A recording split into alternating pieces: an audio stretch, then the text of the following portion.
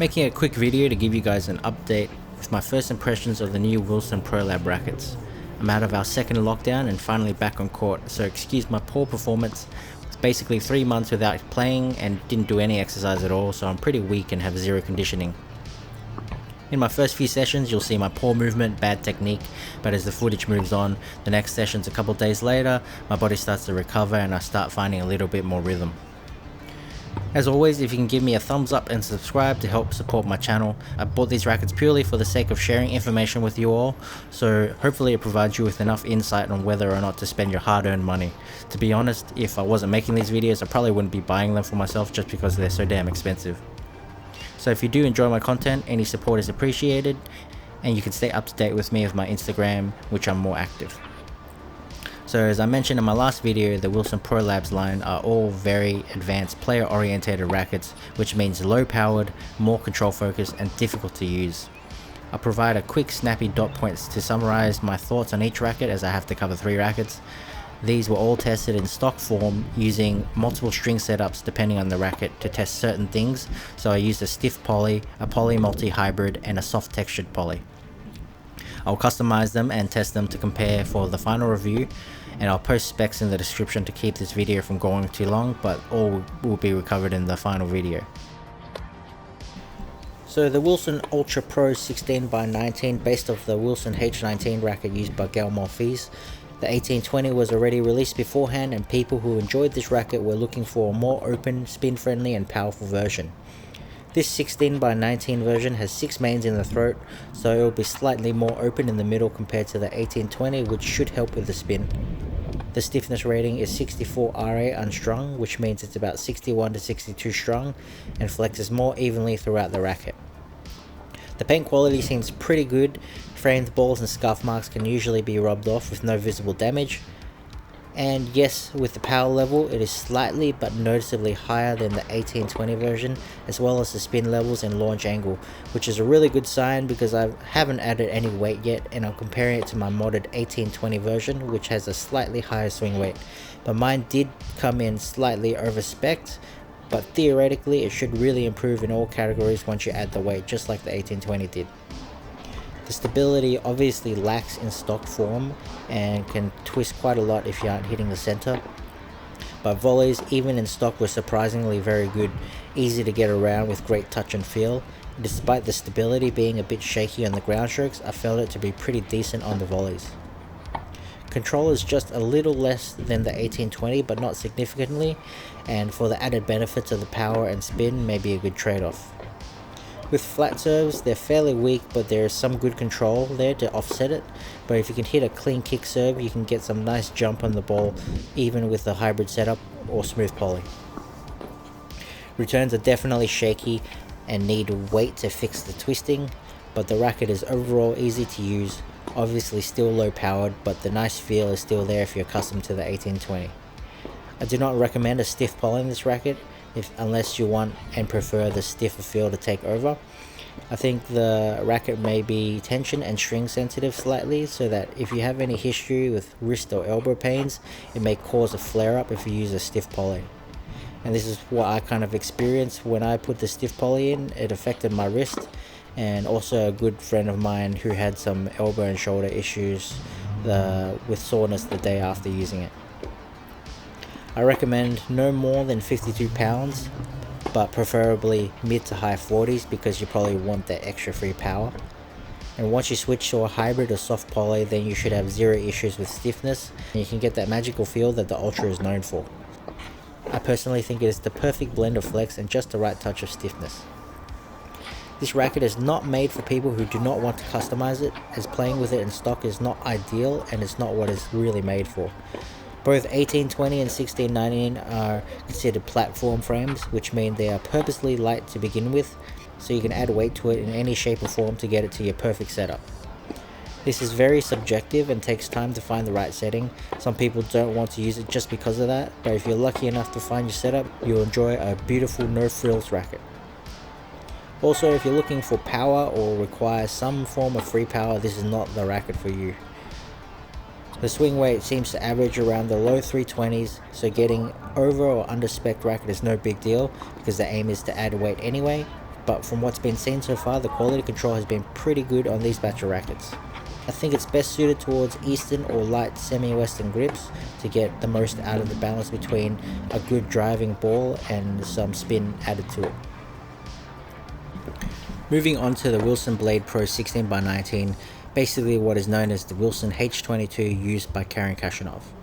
The Blade Pro 16x19 has 8 mains in the throat, but the pattern is still fairly spread out and open, with the last cross ring extending all the way to the bottom of the head. The specs have been made similar to the V7 blades to make it seem more like a blade, so they can market it that way, but as I mentioned, it's not a blade, and I didn't like this decision.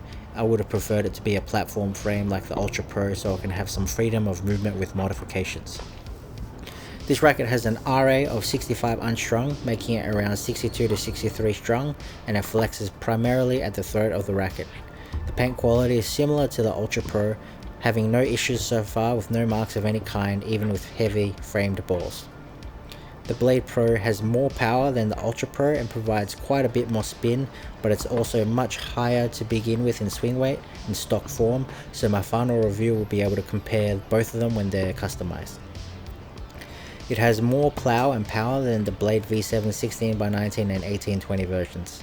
And for this racket to work, you need to be fairly strong, and your technique has to be on point with every swing you take. It needs a ton of effort, and there's no such thing as taking half swings with the racket. My backhand timing was obviously off with the wind being against me. High swing weight and head heavy balance was not easy to use, but just takes some time to get adjusted to. This racket, whilst being the hardest to swing out of the 3, is the most rewarding by far. If you're lazy in any fashion, it will completely punish you. If you're late taking half swings or compact strokes, the ball will either completely fly on you or you'll drop it extremely short every time. But clean contact in the center with full swing will reward you with very easy depth. This racket takes a lot of energy to use every single swing. You need to be in good physical condition to reap the benefits. It is not the easiest racket to use in stock form because the swing weight is on average low to mid 330s with a balance point of 3 to 4 points headlight, but you get what you give. If you have proper technique and a real swing, you'll be absolutely rewarded with heavy spin and a penetrating ball. Slices are extremely easy to get depth, maybe sometimes too easy. You need to be a bit careful, otherwise it could travel too far long, but if you cut it through hard, it will give you a straight line drive. Serves are decent but nothing special if you can get the racket around in time, but I think it'll be much better once you can make a headlight. It could possibly be a good serving racket. Kick serves are very good, definitely can get a lot of jump and plenty of margin and arc on the ball. Volleys I actually did not really enjoy, not sure if it was the balance or just my technique, but I felt it flutter a little bit even with its swing weight. I could not connect with it easily, and I felt that the Ultra Pro was much better to volley with. It might have something to do with the size of the sweet spot, I'm not quite sure yet. If you hit returns dead center, you will have a rock solid return with extreme plow and stability, but if you mistime it, you're probably stuffed, as it's not forgiving enough to get cheap off center returns. I have the same recommendations of the string types as the Ultra. Do not string it with a stiff poly if you have a history of physical issues, but plays very nice with a hybrid and soft poly. If you already struggle using the Blade V7 1820 or any other player frame, this racket is definitely not for you. This is one of the most demanding kind of rackets you could possibly find available on market next to the RF97, but at this balance I even find the RF97 easier to use as it gives more freebies in power and spin, but that's due to the fact that it's much stiffer and heavy overall, but also very headlight. The average swing weight probably sits around 332 to 335 in stock form, which causes problems if there's quality control issues, because an overspec racket means that you'll probably have some ridiculously unwieldy racket that's near impossible to use unless you're basically an ITF level player and there's no space to modify it. There's been mixed reviews on the quality of Blade Pro so far in regards to manufacturing variants. If you're basically playing Russian roulette, ordering directly from Wilson and unable to control the specs. The Blade Pro grommets are supposedly not going to fit the H22s as the drill patterns are slightly different. Not that I really care, because it wasn't made for H22 owners, it was made for people like us who don't want to spend 600 USD on a stupid racket. All in all, a very high quality racket that's specifically made for advanced players. I probably wouldn't recommend this to anyone below 4.5 NTRP at the bare minimum, at least in the stock form anyway. Is it suitable for me to switch to?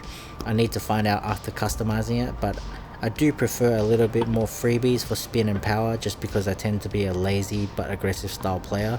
But for the right person, it could be an absolute weapon, that is for sure. However, once I make a headlight, it'll be quite interesting and that opinion could change drastically.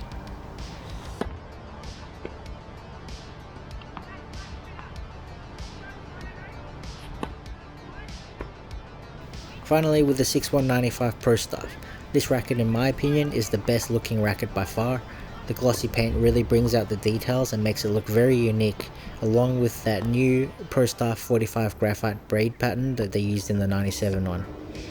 However, I'm not sure about the quality of the paint, but it might be just because it's black that everything is very visible. The paint quality damages quite easily. Two heavy framed balls left a white mark on the top of the racket and the side of the racket, basically scuffing, and it can't be rubbed off like the Ultra Pro and the Blade Pro. It just becomes very visible damage on the black paint. Also, another framed ball, I noticed a very slight dent in my racket. Never seen this before. It's a size of about a small pin tip, but held under the light I can definitely see it dented the head ever so slightly. Anyway, the racket has an unstrung RA of 70, bringing it down to 67 to 68 when it's strung. With quality control, it could be potentially lower, even towards 65. I strung it with a very soft poly, and given its RA rating, I will not bother testing it with a firmer poly, but I think if you aren't hypersensitive, then strings like Tier 1 Ghost Wire, ISO Speed Cream, Cyclone Tour, Solstice Power, and any hybrid used should make comfort a non-issue. It actually plays quite nicely with no harsh vibrations at all. So don't be completely scared of the RA. As you know, I have a sensitive wrist, but I can still handle this just fine. The racket is low powered when you compare it to every other tweener on the market, but stocked up against the Blade Pro and Ultra Pro, it has the most penetrating power through its sheer mass and plow through. At 1820 with 95 square inch, using any form of slice will always be a beautiful shot to hit, with nice cut, good depth, and a very low ball. Just like any other Six.One 95 racket, serving is one of the best attributes. I felt right at home with this racket, with a high pace penetrating serve that zips through the court, much like the ground strokes. If I would compare it to my old Encode Six.One 95, I would say that it has a little less power just by a hair, but a good friend of mine who used all other iterations of the Six.One 95 says that this is definitely one of the lower powered ones, and especially when you compare it to the K95, which is probably the stiffest one. Despite the weight, the headlight balance makes it quite easy to use, even compared to the Blade Pro. If you come from heavy rackets already, you should have no issues with it. If you come from light rackets, you'll probably find it a little bit difficult to maneuver. I think stability lacks just a tiny bit. There is some twisting that can occur, so I think a very tiny amount of weight could fix that, maybe like 1 gram on each side. The racket has plenty of feel with a solid contact and not harsh, as I mentioned.